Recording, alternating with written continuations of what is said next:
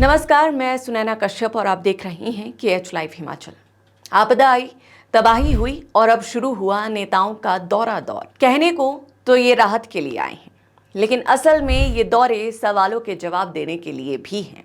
वो सवाल जो कंगना रनौत के बयान से शुरू हुए और अब हर जिम्मेदार नेता से पूछे जा रहे हैं। मंडी में आपदा के इस वक्त में कौन मौजूद है और कौन गैर हाजिर, इसका पूरा हिसाब रखा जा रहा है। तभी तो कंगना से शुरू हुआ सवालों का सिलसिला अब हर जिम्मेदार नेता तक पहुंच रहा है। चलिए, देर आए दुरुस्त आए, कंगना के बहाने कम से कम नेता पहुंच तो रहे हैं, वरना अब तक तो संवेदनाएं बस ट्विटर के जरिए ही पहुंच रही। आज मंडी का दर्द बांटने दो बड़े दिग्गज पहुंचे थे, एक प्रदेश के मुख्यमंत्री और दूसरे केंद्र के बड़े मंत्री सीएम सुक्खू और भाजपा अध्यक्ष जेपी नड्डा। ये दोनों ही ऐसे नेता हैं जिनके पास कैबिनेट भी है और अधिकार भी। अब जब ये दोनों ही मंडी पहुंचे तो कंगना का सवाल याद आ गया कि प्रदेश सरकार आपदा की इस घड़ी में पूरी तरह से फेल हो गई है। जो भी राहत कार्य चल रहे हैं और जो भी राहत पहुंचाई जा रही है वो सिर्फ केंद्र सरकार और भाजपा की बदौलत ही है। अब नजरें टिकी थी इन दोनों पर, क्योंकि आज मौका भी था और दस्तूर भी। अब देखना यह था कि कौन ऐलाने राहत की शुरुआत करेगा। वैसे तो हम दोनों ही पक्षों के लिए ये कहेंगे कि इस घड़ी में भी राजनीति जारी है, मगर क्योंकि सवाल उठाया गया है तो फिर उसका जवाब भी जरूरी है। देखिए, जिला के सिराज, नाचन, करसोक और धर्मपुर विधानसभा में 30 जून की रात 15 जगह बादल फटने से जान और माल दोनों का बड़ा नुकसान हुआ है। एक ही रात में 400 से ज्यादा घर ढह गए, 42 से ज्यादा लोग लापता हैं। इनमें से अब तक 14 के शव भी मिल चुके हैं, जबकि 30 से ज्यादा लोग लापता बताए जा रहे हैं। ऐसे में सीएम और केंद्रीय मंत्री के दौरे पर आज मंडी के आपदा प्रभावितों की नजर टिकी थी। सीएम सुक्खू सड़क मार्ग से सिराज पहुंचे। शिमला में खराब मौसम की वजह से सुबह के समय उनका हेलीकॉप्टर उड़ान नहीं भर पाया और आज शाम को भी मुख्यमंत्री सिराज में ही रुकेंगे। इस दौरान वो राहत और बचाव कार्य में तेजी लाने के निर्देश देंगे, क्योंकि भाजपा अध्यक्ष राजीव बिंदल ने आरोप लगाया कि आपदा के बाद राहत और बचाव कार्य में देरी हो रही है। बीजेपी अध्यक्ष राजीव बिंदल ने कहा है कि अब तक क्षेत्र की सड़कें बहाल नहीं हो पाई। 30 से ज्यादा लोग अभी भी लापता हैं।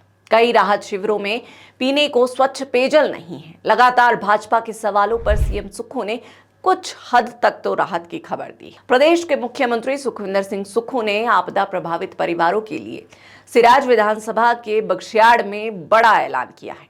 उन्होंने कहा है कि जिनके मकान बादल फटने से बह गए हैं, सरकार उन्हें नया मकान बनाने के लिए 7 लाख रुपए देगी और कैबिनेट मीटिंग में जल्द इसका प्रावधान किया जाएगा। मुख्यमंत्री सुक्खू ने कहा कि जिन लोगों की गाय बह गई है उन्हें नई गाय लेने को 50,000 रुपए भी दिए जाएंगे।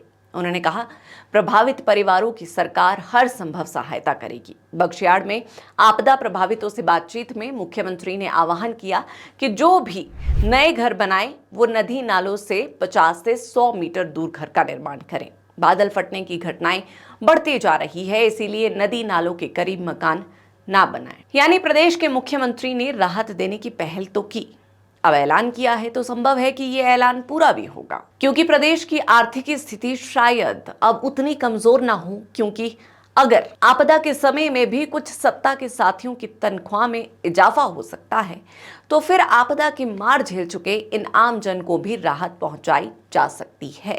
चलिए, ये तो थी प्रदेश सरकार की बात। अब जिक्र केंद्र का। केंद्रीय मंत्री और भाजपा के राष्ट्रीय अध्यक्ष जगत प्रकाश नड्डा भी आपदा प्रभावित क्षेत्रों में प्रभावित परिवारों से मिल रही हैं। नाचन विधानसभा के बंगलियूर में नड्डा ने यहां पर आपदा प्रभावित परिवारों से मुलाकात की और हर संभव सहायता का भरोसा दिलाया। केंद्र सरकार की तरफ से इस आपदा में मदद को लेकर नड्डा बड़ा ऐलान कर सकते हैं, इसकी उम्मीद जताई जा रही है, क्योंकि आपदा प्रभावित लोग स्पेशल पैकेज और राष्ट्रीय आपदा घोषित करने की मांग लगातार कर रहे हैं। ऐसे में नड्डा के रुख पर बहुत कुछ निर्भर करेगा और नड्डा तो केंद्र में स्वास्थ्य मंत्री के पद पर विराजमान है और मोदी के करीबी भी। ऐसे में जो कंगना नहीं कर सकती वो शायद नड्डा कर दे। हालांकि साल 2023 में पूरे प्रदेश में इससे भी भीषण तबाही हुई थी। उस दौरान भी राष्ट्रीय आपदा की मांग पूरी नहीं हुई थी, मगर इस बार सिराज विधानसभा में 2023 की तुलना में ज्यादा नुकसान हुआ है। देखिए, मंडी वालों को भाजपा से उम्मीद हो भी क्यों ना, 2022 के आम विधानसभा चुनाव हो या फिर लोकसभा चुनाव, मंडी की जनता ने भाजपा पर भरोसा किया है। मंडी की 10 विधानसभा सीटों में से 9 सीटों पर भाजपा के विधायक है और मंडी लोकसभा से सांसद भी भाजपा की ही है। अब उम्मीदें हो भी तो क्यों ना।